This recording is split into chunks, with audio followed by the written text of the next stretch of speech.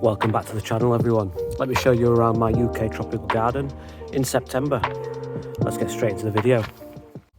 So we are at the beginning of September now, and this is a monthly series of videos tracking the progress of my UK tropical garden, so do check out previous videos if you haven't already.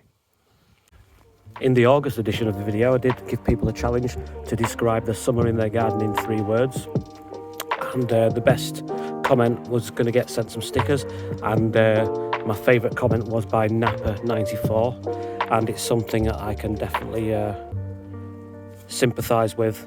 The nasturtium's going crazy. Stick around till the end of the video and I'll do another chance for you to win some of the merch. Right, let's get straight into the video with the sunny border. So the Musabastiu have done very well. You can see that earlier in the summer they got shredded with the wind, but we've had pretty settled weather, so the leaves don't look too bad.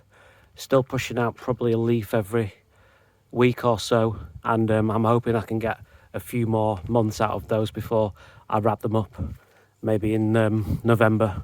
But they've done really well. They've grown pretty tall, and I'm really pleased with those. Looking at the Cordyline australis there, this was the cordyline here that got spear pull in the winter, and it has put on a good 3 or 4 feet of height since then. It did recover really well. I did make a video of that recovering cordyline. Again, cordyline's not one of my favourite plants, but it is a good filler and a good foil for the other types of foliage in this bed. Got the huge Euphorbia shillingi. I would recommend it if anyone's thinking of getting a Euphorbia for their garden. I would recommend this. I mean, I have had to tie it back. It has got a little bit too tall this summer, but maybe I'll stake it next year earlier. But I mean, it flowers all summer, so you can't go wrong. And this time of year you hear these seed pods exploding. But yeah, really good Euphorbia, and it flowers way longer than any other Euphorbia I've had. Persicaria red dragon has gone wild, spread through this whole bed. And then, I mean, the main thing to look at in this bed is, of course, the Rudbeckia goldstrum, black-eyed Susan. That will probably need splitting and dividing next year. They're all through the garden, and I've tried to sort of link all the beds together by having the same colours and the same flowers dotted around. This is an unknown canna that I got from Yorkshire Chris. I left it in the ground, didn't protect it, and that's what it's done. Whether it'll flower or not, we'll have to wait and see, but it hasn't. In 2 years in the ground, it hasn't so far for me. And behind that, you can see my Tetrapanax is just about coming through now. This was seed grown from last year, and it's been in the bed since March, and it's fought its way out, but hopefully it'll put on a lot of growth next year. Lupins have totally died back now. We've had the second flushes of flowers they've totally gone. It does suffer from green fly at this point. And then we've got a few nasturtiums self-seeded from last year. And then at the back of the border, got my passion flower, passiflora, still pushing out lots of flowers. Probably the best flower in the garden, I think. If anyone's got a passion flower, you can't really beat that in terms of weird looking flowers. Anyway, that is the sunny border. Let's talk about my arid bed, or my desert bed. This one was built earlier in the year, so it's headed into its first autumn, and I think it's done really well. Some plants have really upscaled. Some plants have, I suppose, spent this summer bedding in, but I'm pretty pleased with this. We have had a very wet summer, and everything's planted in pure gravel, so that shouldn't be an issue. And I will, of course, be building a shelter over the top of this in the coming months, so stick around if you are interested in seeing that. But let's have a look at a few of the plants in particular. So this horrible looking Opuntia is Opuntia shearii that I got from Jack at Yorkgate Garden. horrible glaucids on that. I don't want to touch that, don't want it in the greenhouse. So I've popped it in the back of the border, and we'll see if it takes root and produces pads next year. Then we've got the aloe striatula, and it's definitely put on a decent size, but obviously no flowers. It's first year in the garden. It's quite a young plant. I wasn't expecting flowers, but fingers crossed that will survive at the roots, if not above ground, over winter, and give me some flowers, because I do like those flowers next year. Here's a little sedum that came in a pot from Horticulture Manchester, along with I can't remember what it came in, but it came in as a little bit of a stowaway, so let's see how that goes. There's my Washingtonia. Well, it was sold as a Washingtonia robusta, as I think as nearly every Washingtonia is in the UK, but of course it's got these. I've been researching Washingtonias, and I just wonder if it is a filibuster, not a filifera, but a filibuster across, because it has got these little stringy filaments on the fans.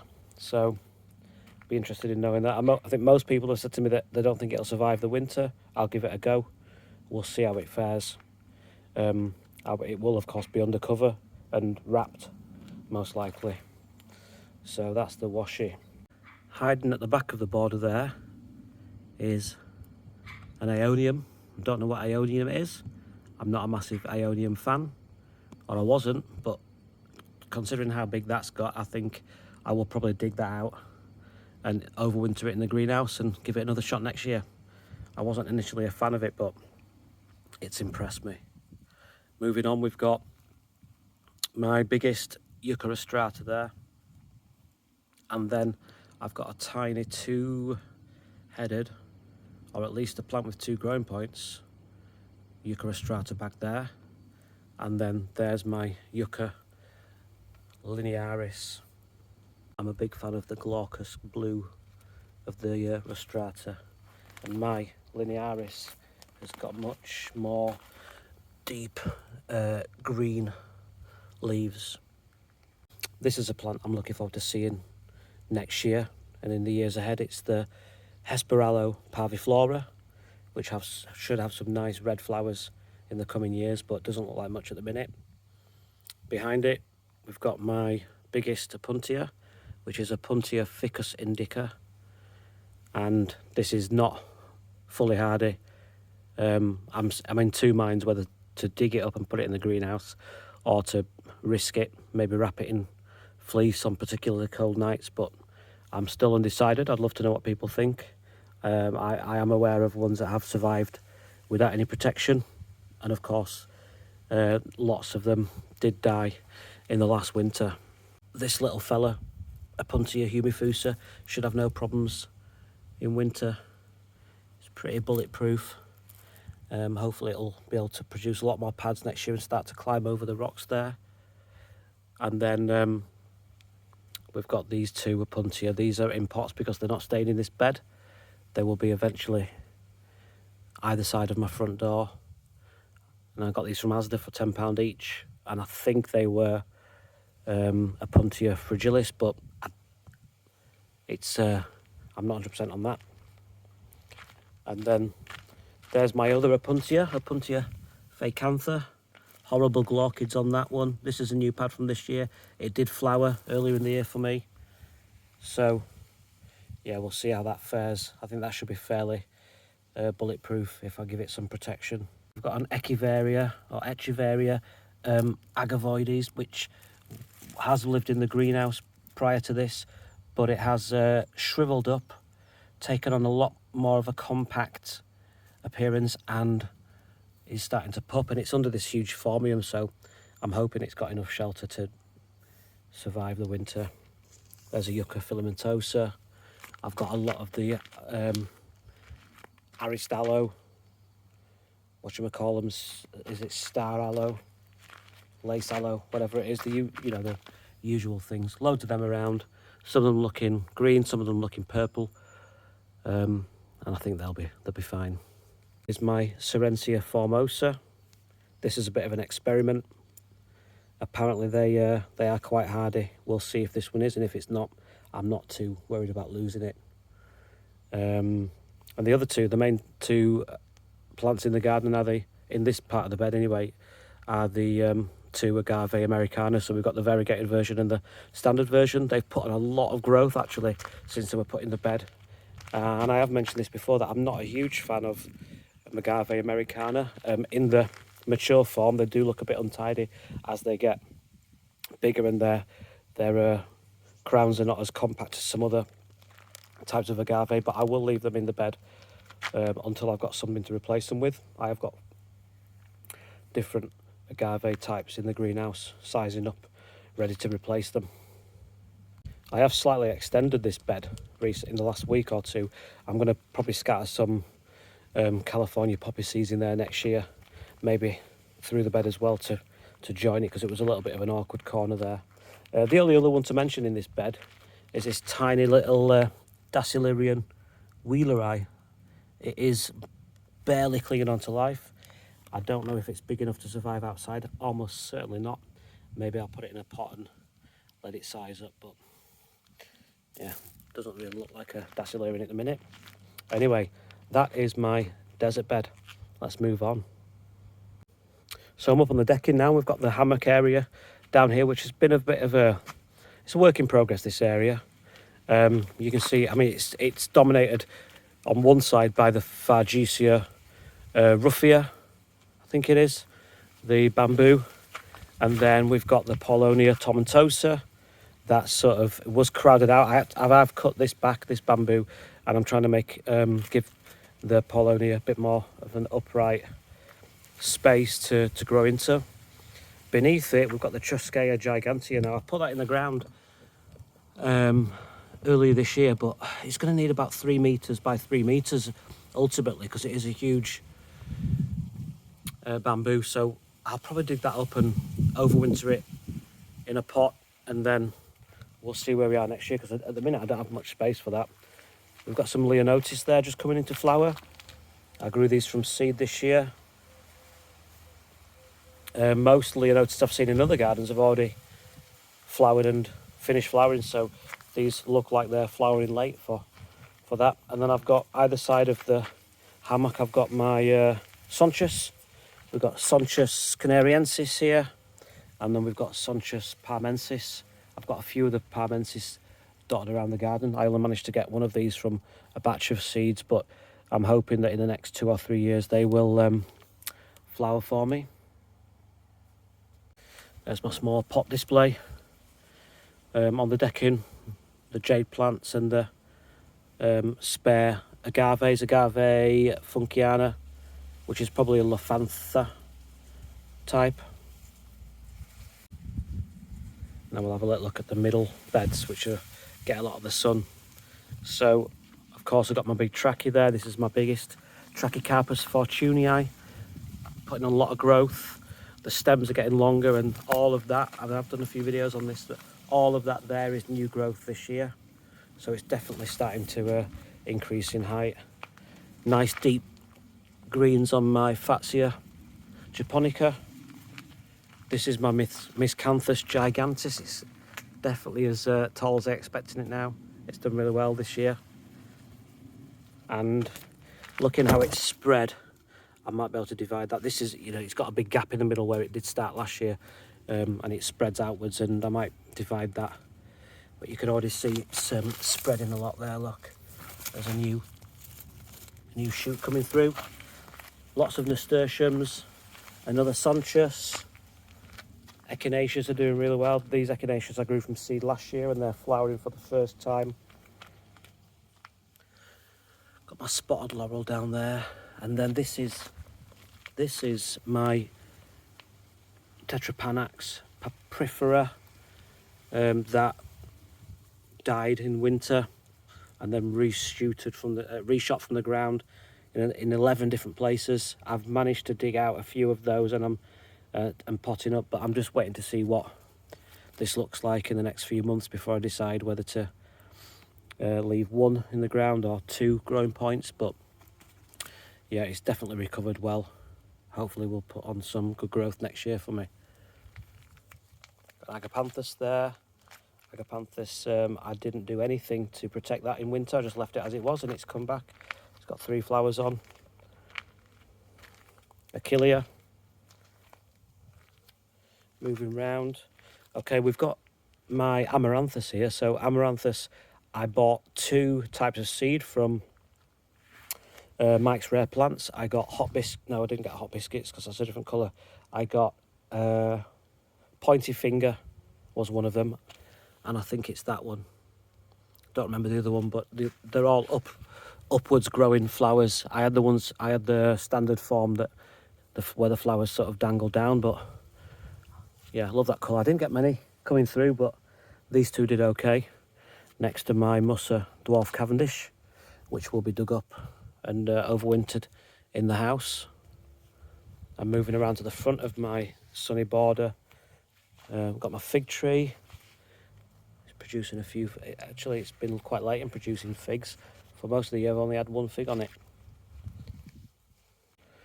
These Nymphophea here. I didn't get any second flushes of flowers this year, and they always flower very early for me. Moving along, we've got the jungle stream there. The Mind Your Own Business is starting to do its thing. I'm hoping it'll grow across the stream next year. I've got some Euchera down there. I've got my small Trachea here. Another Tetrapanax. More Persicaria in flower. There's my Euphorbia Wolfenii, ready for next year. Another fig tree. There's my Camarops down there. Needs a better place. I keep saying this, but yeah, I'm going to find a better place for the Camarops. It's the only one that survived winter. And then in this bed, a few sunflowers, Pikes Peak sunflowers, and it's full of Verbena bonariensis that definitely needs dividing and cutting back next year because it has gone a little bit crazy.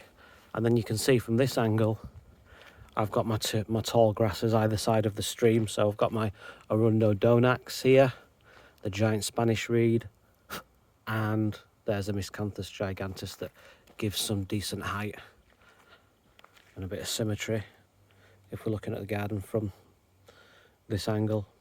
Moving on to what I call the shady border now. There's a little bit of Crosmia poking out there. Here's the barrel pond. I've not spotted any flowers from the water lily this year, but it is quite compact down there. There's my Gunnera tinctoria in the barrel. Yeah, I think I've only actually watered my 2 Gunnera and my banana plants this year. I've not watered anything else. Like last year, it was, full watering of the whole garden, but we've been quite lucky this year with the rain that it hasn't. We haven't had many dry periods. There's my big cordline. I'm probably going to cut back some of the lower fronds to leave the trunk bare. Moving around to my bigger Gunnera tinctoria. It is, you can see it's flopped over a little bit. It does need another water today for that. This is my biggest Fatsia that is still putting on new growth. That's interesting. It didn't do that last year. Maybe it was too hot last year, but I have noticed that there's some secondary growth. It obviously it pushes out all the new growth in spring, but you can see there's it's continuing to grow now. So that's interesting, and I will be cutting some of the lower leaves off and underplanting it. There's my Euphorbia mellifera getting a little bit crowded out, but I'm hoping it will start to do its thing next year and put on a bit of hype to fill this gap. And then we've got there, if I zoom in here, there's the cardoons that have all but finished flowering now. I'll leave those seed heads on there and collect the seeds. And that up there is my tallest sunflower that is it's a good 3 meters at least. It's Pikes Peak. There we go, and I'm standing sort of between now the huge eucalyptus trees. And let's go and take a look. Let's head round to the greenhouse now. Now down here I've got my Thai giant colocasia that hasn't done a lot this year. It did suffer in the greenhouse, died back, but I wonder how that will do next year. A few more sonchus, and then I've got my solanum ultra purpureum, I think, something like that. It's got flowers on there, and then I've got my solanum pyracanthum, all seed grown. Here's my sad looking Dendroceras littoralis. Saw a fantastic looking specimen at East Rustenhall Vicarage, and mine just gets decimated by slugs. You see, look at that, that's what happened to that one leaf. And then if it's not slugs, it's mildew. Really hard to keep alive, but it is thankfully alive.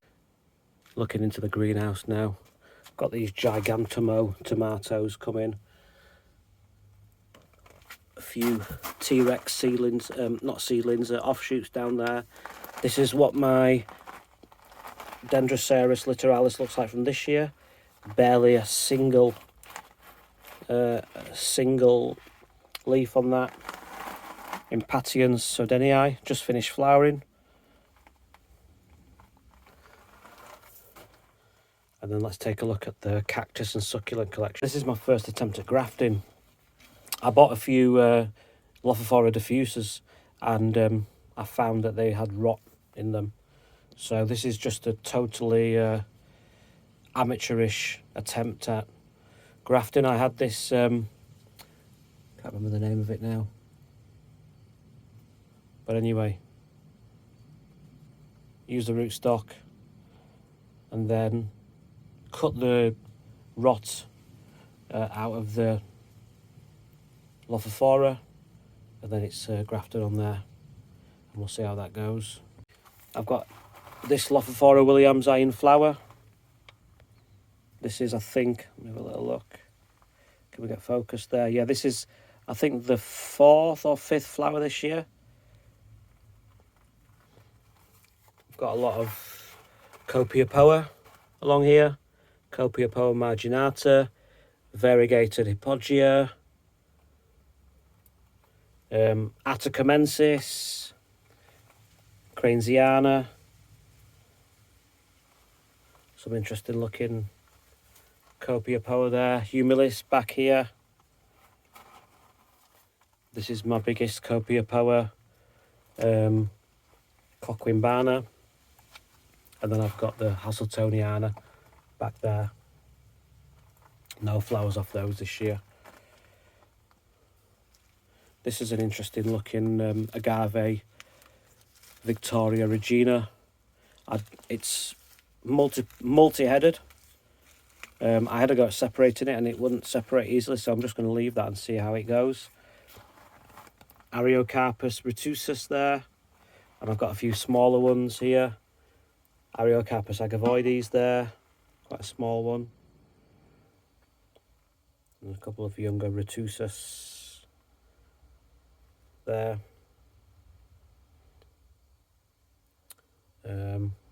Lithops down there. Agave Parii Neo-Mexicana. Astrophytum myriostigma. There's my Astrophytum Capricorn. This is my small collection of agaves that will be going in the outdoor bed eventually. I've got the Montana, I've got the Arvatifolia, I've got a Parii there, another Parii and a Gentrii back there as well. So all fairly hardy agaves that will eventually size up and go in the outdoor bed. I've got this Euphorbia buplurifolia crossed with a Susanna. It's also called a Euphorbia japonica. A nice specimen, that one. I'll probably take that to a show. It's a decent size specimen. Underneath I've got a few more Agave Americanas, some aloes down there. Yeah, but that's the collection as of September. It's not quite time for bubble wrapping yet, but I will be doing that possibly in October. So at the beginning of the video, I did say that I would send out some more stickers, and for this video, leave me a comment telling me one plant that you haven't grown in your garden before that you would really like to grow in your garden in future. Leave it in the comment section and I'll choose a winner in the next video. Thanks for watching. Do check out the rest of my channel for similar videos, and I'll see you next time. Bye.